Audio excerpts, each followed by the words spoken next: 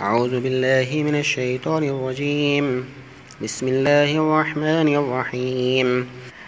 وإذا قيل لهم تعالوا إلى ما أنزل الله وإلى الرسول رأيت المنافقين يصدون عنك صدودا فكيف إذا أصابتهم مصيبة بما قدمت أيديهم ثم جاءوك يحلفون بالله إن أردنا إلا إحسانا وتوفيقا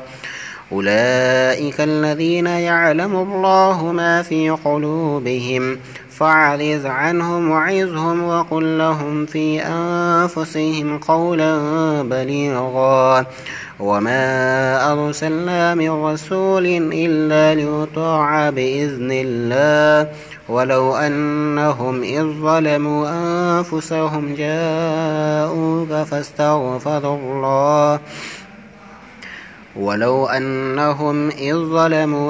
أنفسهم جاءوك فاستغفروا الله واستغفر لهم الرسول لوجدوا الله توابا رحيما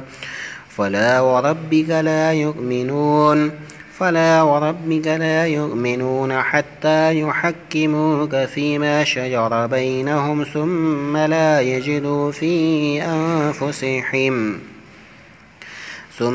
يجدوا في أنفسهم حرجا مما قضيت ويسلموا تسليما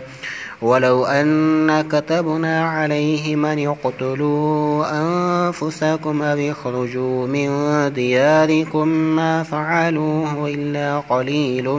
منهم